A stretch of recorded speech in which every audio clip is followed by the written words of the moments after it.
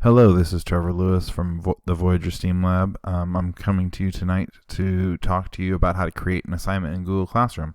So we're going to go through all the basics, and I'm going to show you some different assignment types. So here's a Google Classroom that I have set up as a test, and I can show you the different assignment types. I'm in the Classworks tab right now, so you can see these are some different assignments. They're in different topics, and I pulled these from my previous classes. I'll show you how to do that too. All of this is done through the Create button here. You click on the Create and you can see the different assignment types. You can create topics here, although I've never done that because I always just type them in on the assignment that I want, and I can create a topic that way. I can create just a standard assignment.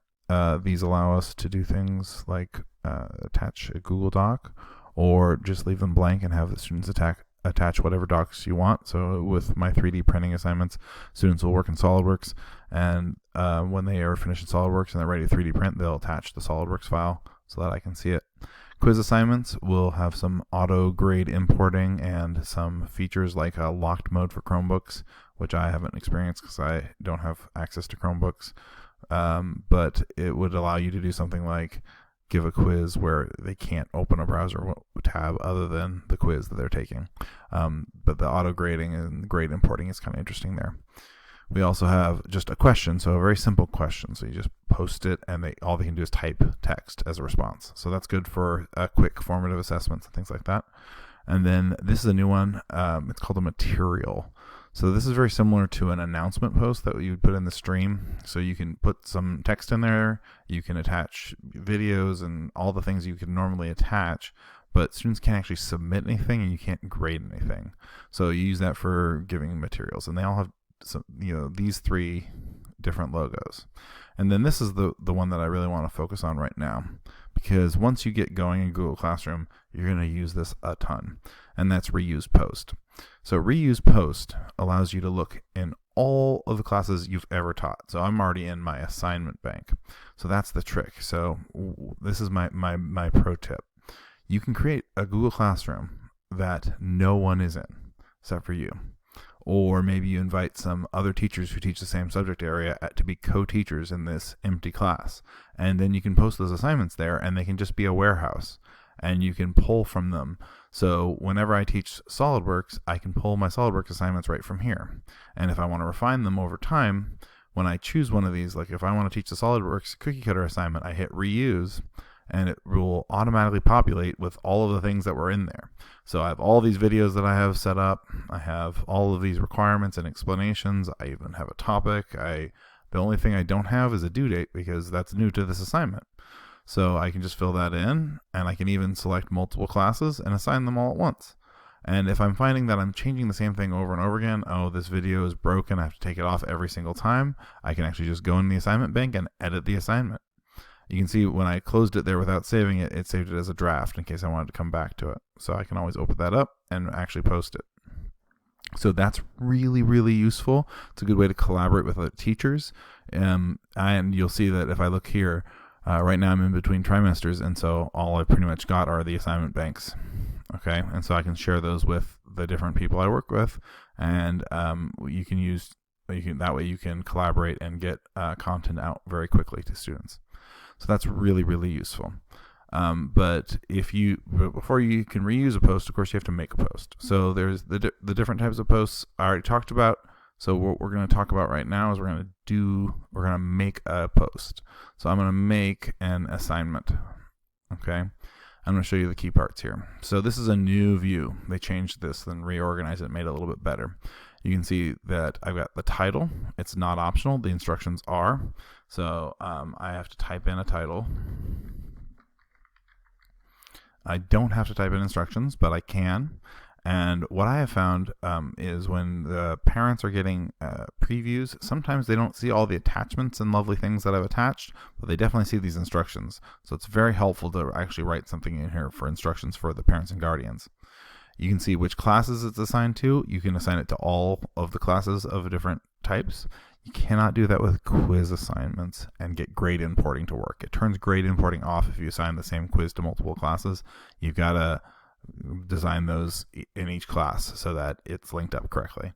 You can even choose which students to assign it to. Okay, so you can check which students, you can assign it to some students and not all. You can change how many points it's worth, or you can set it to an ungraded assignment.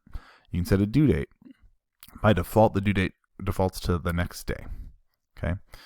You can set a topic. I recommend organizing things into topics. If you don't have a topic that you want, you can just hit create a topic and type in the new topic name.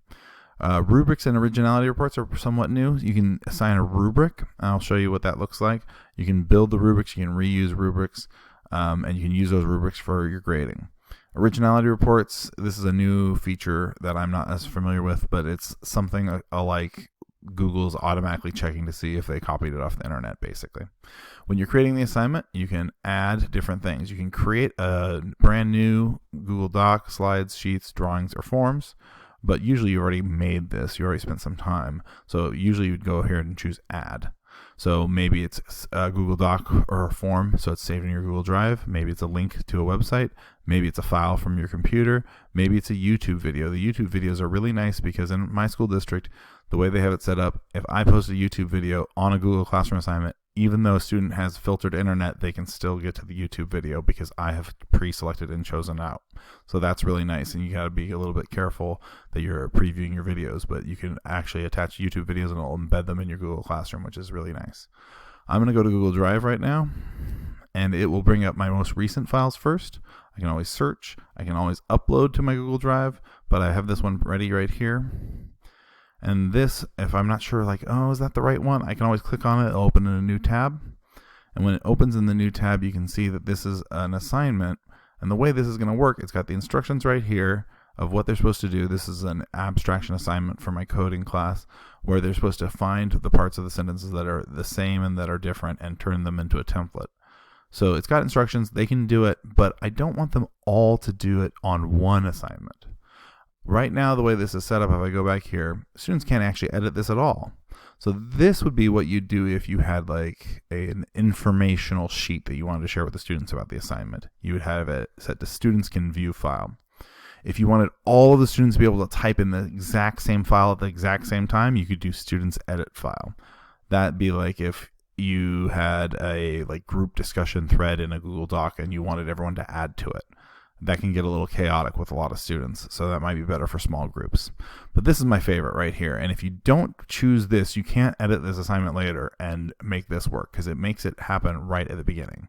When I say make a copy for each student, what happens is it actually takes this document and copies it into the student's Google Drive and adds their name in front of it.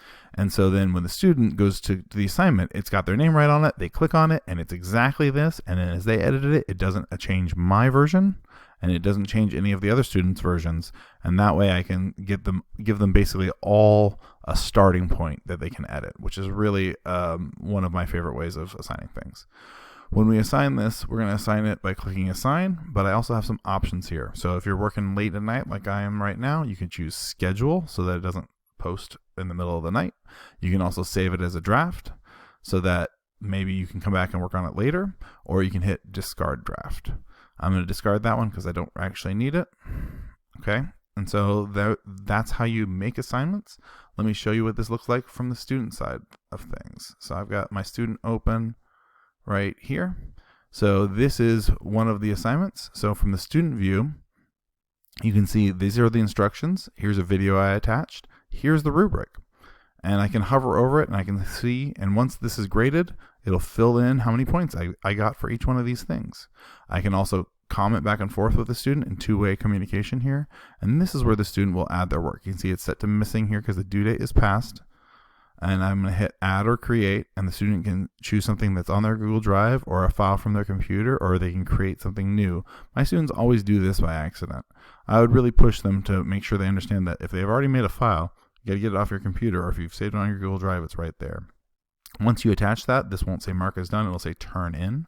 When a student presses turn in, it goes into your turned in pile as a teacher and makes it know that you can grade it. My students always resubmit things because I'm an engineering class.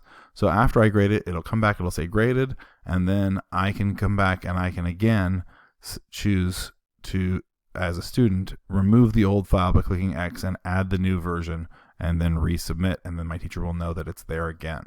So that's what my students do. We go back and forth with comments and new assignments. So that's how you're going to create one of these assignments. Give it a try. You can create a assignment like this where you turn in files. You can create an assignment like this where all you have to do is type your answer to your question. Let me show you that from the student side. So we're going to go back to classwork, and we are going to go to the question. You can see from a student point of view, if I hit view question, it just says type your answer here. And you type it in and you answer it. Briefly explain how 3D printing works. I type it, I turn it in. After you grade this, students can't resubmit this, so I put in the instructions right here that they have to post a private comment to resubmit. You can see I've given some videos that help them answer this question. If their students are going to take a quiz, I've got this quiz. This is an embedded Google Forms quiz.